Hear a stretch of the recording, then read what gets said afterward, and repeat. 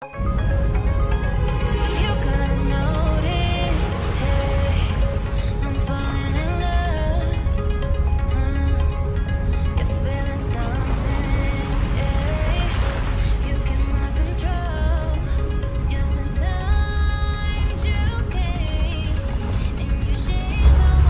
morning mga kababayan, ngayon po ay October 16.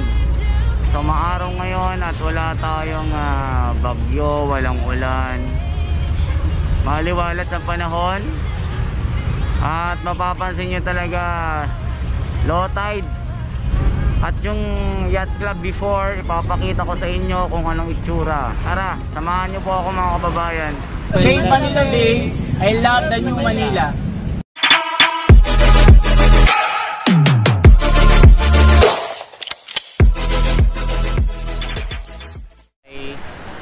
Nakikipagtulungan sa mga paglilinis dito.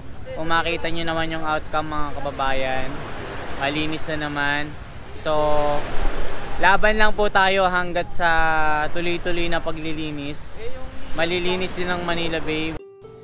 Mga kababayan, magandang umaga sa inyong lahat. Itong video na ito ay kuha po noong August 10, 2019. Binabalikan po lang natin ang mga kaganapan dito sa Yacht Club, para po meron kayong comparison kung paano po nalinis ng ating gobyerno at ng ating pamahalaan ang Manila Bay. Para yung mga hindi po nakakaalam, ganito po ang itsura noon, at talaga namang napakaraming burak, maraming basura, lalong lalo na dyan sa may part ng Yacht Club. Makikita nyo po na punong-puno ng basura. Halos hindi mo makayanan kasi nga po ang sakit sa mata. Kala mo meron kang sore eyes.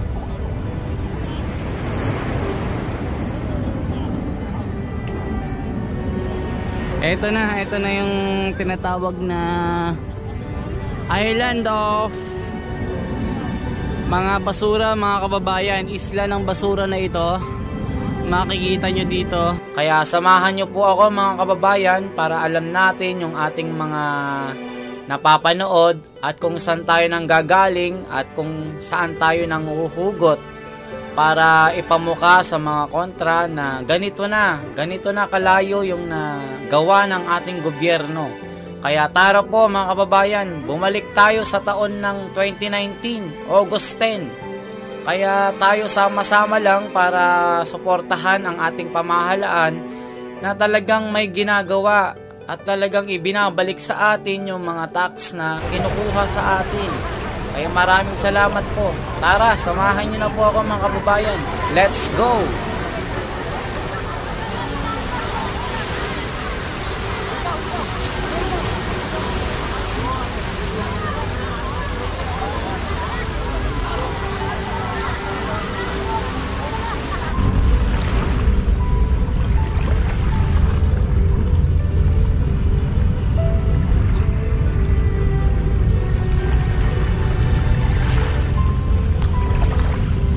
Tignan nyo kung gaano kalinaw po yung tubig ng Yacht Club ngayon. Kung muli po nating babalikan nung nakarang taon, ano ba ang itsura ng dating Yacht Club? Na marami kasing nagsasabi na dati nang ganyan yan, dati nang ganyan. Hindi nyo ba alam mga kababayan? Malalim po yung pinanggalingan ng Yacht Club bago maging ganito. Gusto nyo bang makita yung dating Yacht Club na kung saan dati puro basura at puro dumi yung makikita natin at sobrang baho mga kababayan. Yung iba kasi may masabi lang na hindi nila alam na malaki yung pinagbago ng Yacht Club.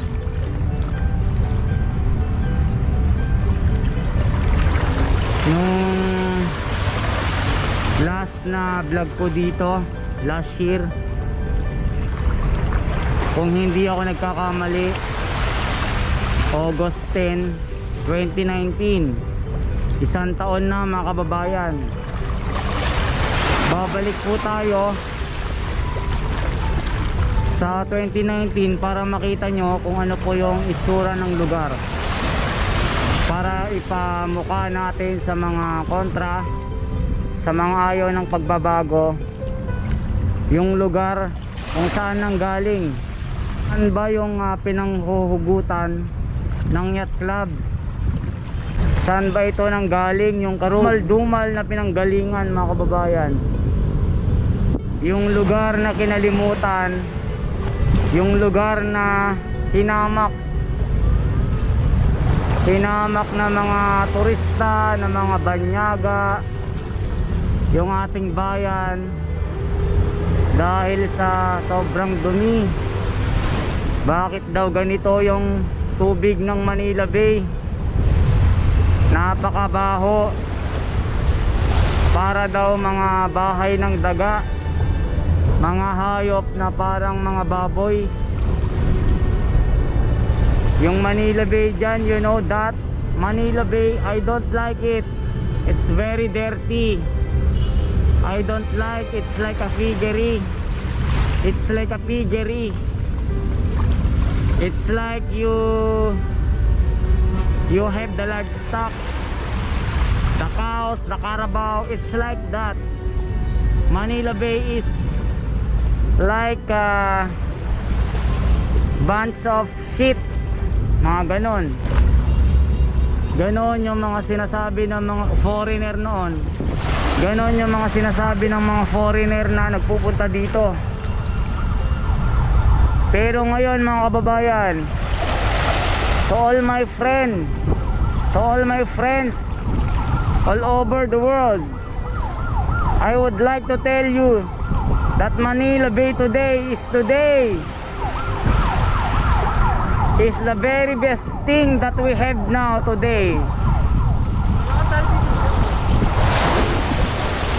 See the difference than yesterday?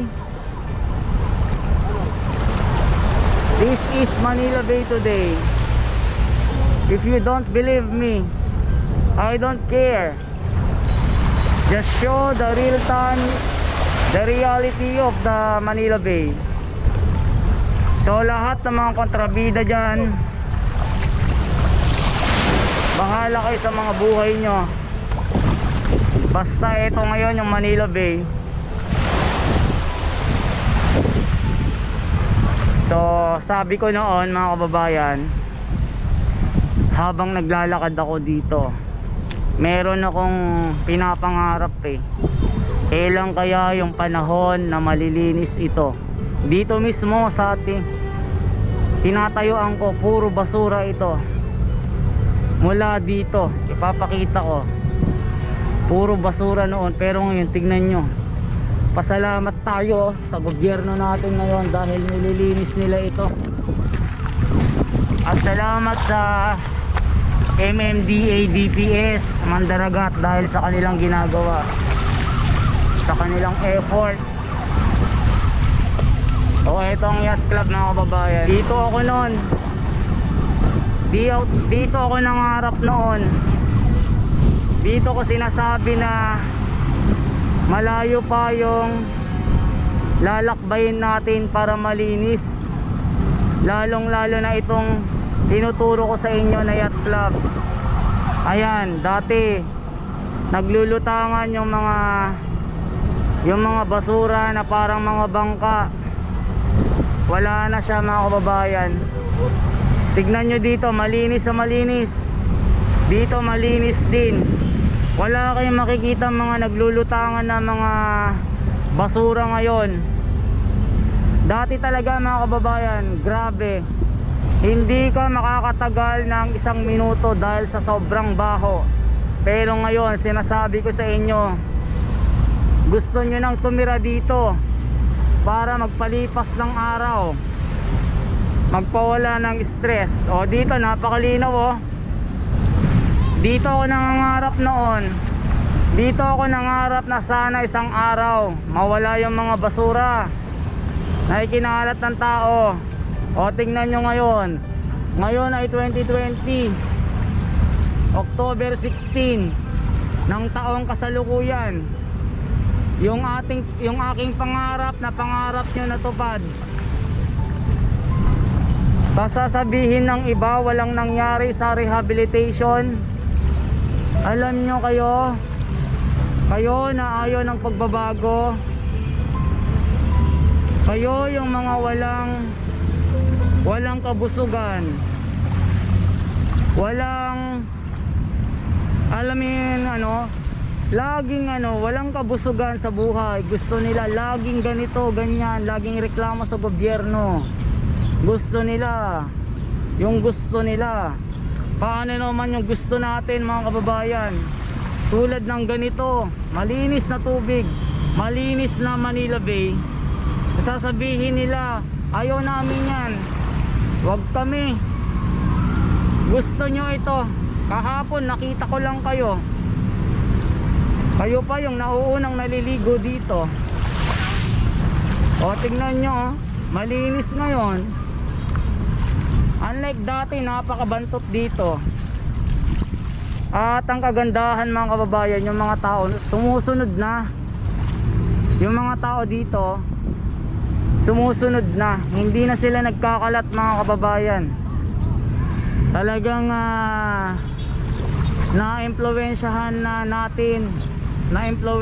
ng mga vlog natin yung mga panawagan natin na wag magkakalat. Hindi na sila nagkakalat. At ang maganda,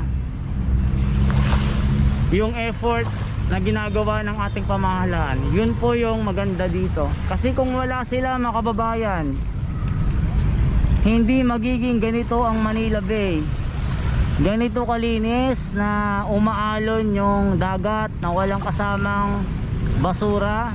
O tignan nyo, nagpunta ako ngayon para ako lang yung makakarinig ng boses ko. O tingnan nyo, malinis dito talaga.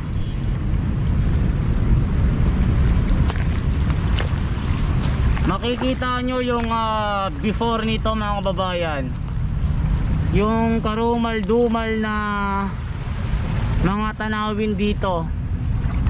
Patay na aso, patay na daga, lahat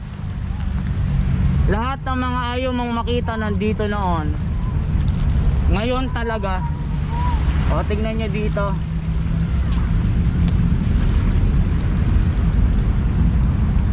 sumasang-ayon yung alon sa akin. Yung alon na noon na ayaw umalon dahil nakaharang yung mga basura.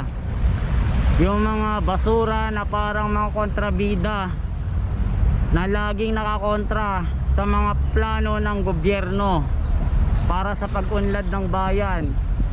Gusto nila yung mga Pinoy, gusto nila maging dugyot lang, gusto nila maging basura lang, na niyuyurak-yurakan ng mga ibang lahi. Yung ating bayan napakaganda, parang paraiso. Nandito na lahat yung mga bagay na pwedeng ipagmalaki natin sa turismo. Mula mga baybayin, mga bundok, nandito na lahat mga kababayan. Mga babaeng nagagandahan, mga lalaking nagagapuhan, kasama na ako doon. Ano pa ang hinihiling mo sa bayan natin? Nandito na lahat. Kulang na lang mga kababayan, yung mabuting mamamayan, yung mabuting makabayan, yung mabuting namumuno sa atin para sila yung manguna sa atin, para alagaan natin ang bayan natin. Noong panahon mga kababayan, hindi na ako magbabanggit ng pangalan kung sino ang namuno noon. Ang Pilipinas noon, #1 sa Asia, the Tiger of Asia, isa sa pinakamayaman sa buong mundo ay ang Pilipinas. Pero anong nangyari? Sinasabi ng mga karatig nating bansa, what happened to the Philippines?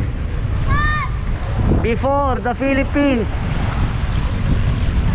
is a rich country than ever before. But today, what happened to you, my dear Philippines? Sinasabi ng mga kapitbahay nating Asyano, anong nangyari sa ating bayan? Dati hinahangaan tayo. Yung mga Chinese noon, nakabahag pa lang ang mga yan.